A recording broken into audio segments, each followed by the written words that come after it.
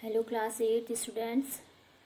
बच्चों, जैसा कि आपको मैसेज के थ्रू पता चल ही गया है कि आपके एग्ज़ाम्स 14 तारीख से शुरू हो रहे हैं। 14 से 24 टाइम टेबल आप लोगों को मिल गया है। सिलेबस आप लोगों को पता लग गया है हर सब्जेक्ट्स का। असाइनमेंट्स के बारे में भी आपको पता चल गया है। आप लोग स्कूल आए थे, आपको प्रिंसिपल सर द्वारा पूरा पेपर का जो भी प्रोसीजर है वो समझा दिया गया है। फिर भी बच्चों, यदि आपके मन में कोई भी डाउट है अभी, तो आप स्कूल में आकर उसको क्लियर कर सकते हैं, क्योंकि आपने एग्ज़ाम्स को अच्छे से देना है। आपको पता चल ही गया है कि ये सेकंड टर्म एग्ज़ाम्स जो हैं आपके फर्स्ट टर्म की तरह नहीं हो रहे हैं। आपको बाकायदा हम लोग आंसर शीट दे रहे हैं, आंसर स्क्रिप्ट्स दे रहे हैं। 10 आंसर स्क्रिप्ट्स आपको स्कूल द्वारा प्रोवाइड की जा रही है, आपको जो कि 10 दिसंबर को मिलेगी। आप लोग स्कूल में आइए, अपनी शीट ले जाइए, उनको संभाल के रखिए। हर शीट के ऊपर अपना नाम, रोल नंबर, पेज नंबर डालना है, आपको बताया गया है। और उसको 1 घंटे में पूरा करके पेपर को अपने फ़ोटो क्लिक करके 10:05 तक आपको स्कूल के व्हाट्सएप नंबर पर भेजनी है, ऐसा आपको बताया गया है। ठीक है बच्चों, फिर भी अगर आपको इसमें अभी भी डाउट हो रहा है कुछ, तो आप लोग एक बार स्कूल में आके क्लियर कर लीजिए। ऐसा ना हो कि एग्ज़ाम्स के दिन आप लोग परेशान होते रहें। एग्ज़ाम्स के दिन भी बच्चों अगर आपको कोई प्रॉब्लम आती है इससे रिलेटेड, तो आप लोग स्कूल में आ जाएं, खुद ही परेशान ना हो। स्कूल में आए तुरंत और स्कूल में आके पेपर दें। अगर आपको कोई समस्या हो रही है, मोबाइल में पेपर नहीं मिला या कुछ भी ऐसी समस्या है, तो कॉल करके भी आप लोग उसी समय पूछ सकते हैं। लेकिन आपको एग्ज़ाम्स अच्छे से देना है, अच्छे से पढ़ाई करनी है।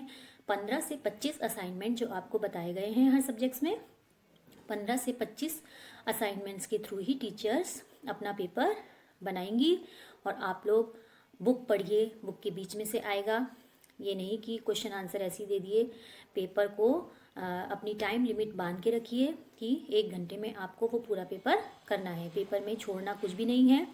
आप लोग सभी क्वेश्चंस को अटेम्प्ट कीजिए और साफ साफ सुंदर लेख में आंसर शीट में लिखिए। अच्छे से पेन का इस्तेमाल कीजिए, इंक अच्छी होनी चाहिए पेन की। 2-3 पेन अपने पास रख कर बैठिए और आराम से पेपर को पढ़कर तब आंसर दीजिए। 25 असाइनमेंट की अब मैं बात करूं तो 1 to 25 असाइनमेंट बच्चों आपने सबमिट करने ही करने हैं। आप लोग स्कूल में आए थे, आपको बताया गया कि कौन से असाइनमेंट्स अभी टीचर्स को नहीं मिले, तो आपको वो असाइनमेंट्स देने ही देने हैं। आपको उसका पूरा लाभ होगा, पूरा बेनिफिट होगा, पूरे मार्क्स मिलेंगे।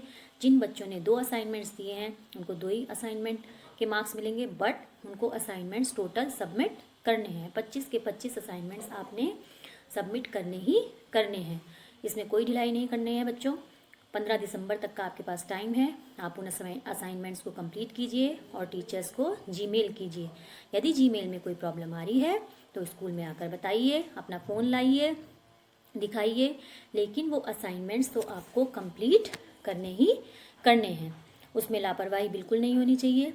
ठीक है बच्चों, मुझे आशा है कि मेरी बात को सुनते हुए, चाहे वो 8th ए के बच्चे हैं, चाहे वो 8th बी के बच्चे हैं, टोटल असाइनमेंट्स हर सब्जेक्ट्स के वो लोग सबमिट करेंगे। यदि आप लोग अब इसमें लापरवाही करेंगे तो फिर आपको स्कूल ही बुलाना पड़ेगा। रेगुलर स्कूल में आकर ही आप लोग अपना असाइनमेंट फिर सबमिट करना।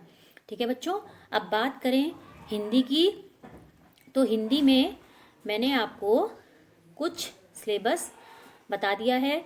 25 असाइनमेंट 15 से 25 असाइनमेंट तक का सिलेबस आपको करना है। उसमें आपका व्याकरण में वर्ण विचार भी आ रहा है और भाषा बोली लिपि वाला व्याकरण भी चैप्टर भी आ रहा है।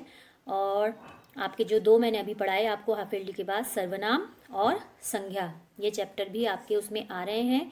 तो आपको इनको अच्छे से पढ़ना है, अच्छे से रिवाइज करना है। और लिटरेचर में आपका मेरा नया बचपन जो मैंने आपको पढ़ाई थी पोयम, वो भी आएगी।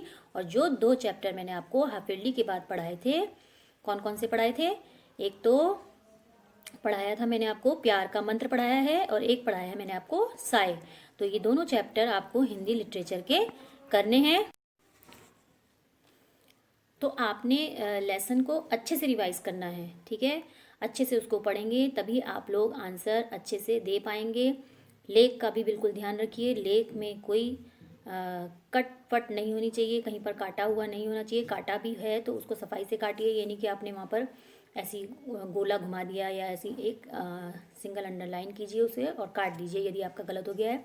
क्वेश्चन के नंबर बच्चों सही डालने हैं, आपको क्वेश्चन उतारने की ज़रूरत नहीं है, प्रश्न उतारने की ज़रूरत नहीं है, केवल उसका नंबर सही डालिए। प्रश्न नंबर 1 का कौन सा पार्ट आपने किया है, का किया है, खा किया है, गा किया है, जो भी किया है उसका अंक आपको डालना है, प्रश्न उतारने की ज़रूरत नहीं है। अगर कोई वर्ड मीनिंग है, कोई विलोम शब्द है, पर्यायवाची है, तो उसका लिखना है आपको कि आपने किस अक्षर का पर्यायवाची लिखा है। समझ में आ रहा है बच्चों जो मैं बता रही हूँ? इसके अलावा मैं आपको अनुच्छेद लेखन भी दे रही हूँ, जो आपकी व्याकरण की बुक में दिया हुआ है। अनुच्छेद लेखन आपको पता ही है, अनुच्छेद लेखन 234 पेज पर दिया है। अनुच्छेद लेखन को पढ़िए, इसमें चॉइस आएगी। आप लोग एक टॉपिक को अच्छे से करिए और उसको 50 शब्दों में, 50 शब्द का है तो 50 शब्द लिमिट में उसको लिखकर भेजिए। उसकी जो है भाषा अच्छी होनी चाहिए, लैंग्वेज अच्छी होनी चाहिए, वर्ड अच्छे होने चाहिए, उसमें शब्द जो आपने यूज़ किए हैं वो अच्छे होने चाहिए। वो अपने मन से लिखना है, जो भी आपके मन में जो विचार आ रहे हैं। बुक की लैंग्वेज लिखेंगे बच्चों तो मैं समझ जाऊंगी, मैं आपको उसमें बिल्कुल मार्क्स नहीं दूंगी। फिर अगर आपने बुक की लैंग्वेज कॉपी की है तो मैं आपको उसमें मार्क्स नहीं दूंगी, ठीक है। अनुच्छेद लेखन आपकी व्याकरण की पुस्तक में पेज नंबर 234 पर दिया है। आप लोग अच्छे से सारे टॉपिक को पढ़िए तो आपको पता लग जाएगा कि किस तरह से अनुच्छेद लेखन लिखना है। वैसे भी आपने पिछली कक्षाओं में अनुच्छेद लेखन काफ़ी लिखा हुआ है, इसलिए आपको इसमें कोई दिक्कत नहीं होगी। और इसके अलावा विलोम शब्द दिए हैं बच्चों आपको, पहले भी मैंने कराए थे हाफ ईयरली से पहले। आपके पेज नंबर 49 पर विलोम शब्द दिए हैं, तो 1 से 15 तक आप लोग विलोम शब्द लर्न करना। विलोम शब्द उसी में से आएंगे। पर्यायवाची आपके 1 से 15 तक करने हैं आपको भी, पेज नंबर 44 पर दिए हैं बच्चों। तो पर्यायवाची भी आप लोग लर्न कर लेना 1 से 15 तक, उसमें से आपको पर्यायवाची आएंगे। पर्यायवाची का आपको वर्ड उतारना है और तब उसके 2-2 पर्यायवाची आपको वहाँ पर लिखने हैं। समझ में आया बच्चों? यह है आपका सिलेबस मैंने पूरा आपको बता भी दिया है। और एग्ज़ाम्स को लाइटली मत लीजिए बच्चों। एग्ज़ाम्स आपकी अभी तक की प्रिपरेशन कैसी है, आपने अभी तक किस तरह की पढ़ाई की है, किस तरह की तैयारी की है, आपने वीडियो देखा है या नहीं देखा है, इसी के ऊपर ये एग्ज़ाम्स होंगे। जिस बच्चे ने वीडियो नहीं देखा है उसको लॉस अवश्य ही होगा, उसको थोड़ी मुश्किल तो आएगी ही आएगी। और अगर उसने चैप्टर भी नहीं पढ़ा है तो उसको और मुश्किल आएगी। इसलिए अभी आपके पास समय है, आप लेसन को पढ़िए, लेसन को समझिए, और कोई डाउट है तो हमसे पूछिए, हमसे क्वेरी कीजिए। हमारा प्रयास पूरा रहेगा कि हम लोग आपको अच्छे से समझाएं, अच्छे से आपका मार्गदर्शन करें, ताकि आपको एग्ज़ाम्स में दिक्कत ना हो।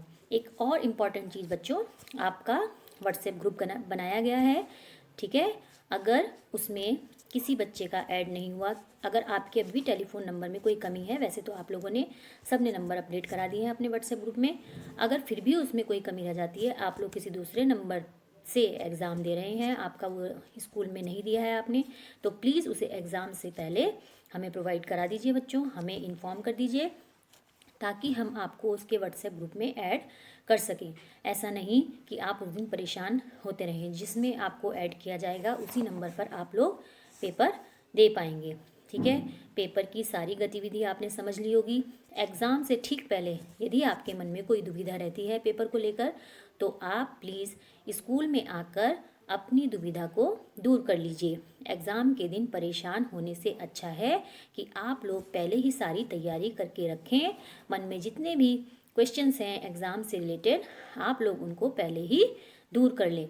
ऐसा ना हो कि एग्ज़ाम्स के दिन परेशान होते रहें। फ्रेश माइंड से एग्ज़ाम्स दीजिए बच्चों। मेरी आशा है आप सभी लोग एग्ज़ाम्स में अच्छा करेंगे, चीटिंग नहीं करेंगे, एक दूसरे की कोई हेल्प नहीं करेंगे। तभी तो आप जजमेंट कर पाएंगे ना कि आपने कितना पढ़ा है, कितनी अच्छी आपकी तैयारी है।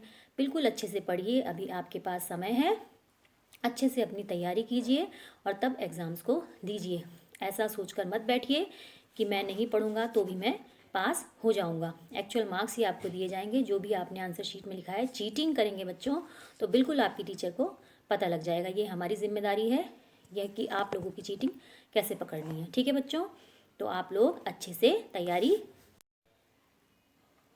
कीजिए, अपनी तैयारी पूरी रखिए। जिसका एग्ज़ाम है पहले ही देख लीजिए कि कल किसका एग्ज़ाम है। कई बच्चों को तो पता भी नहीं होता कि नेक्स्ट डे किसका एग्ज़ाम है। टाइम टेबल को अच्छे से पढ़िए, अपना एक टाइम टेबल सेट कीजिए एग्ज़ाम के लिए। एक एक घंटा, आधा आधा घंटा, जितना भी है एक एक सब्जेक्ट को दीजिए। हर सब्जेक्ट के लिए टाइम निकालिए और अपने असाइनमेंट्स भी पूरे कीजिए ताकि आपको इसका लाभ मिल सके।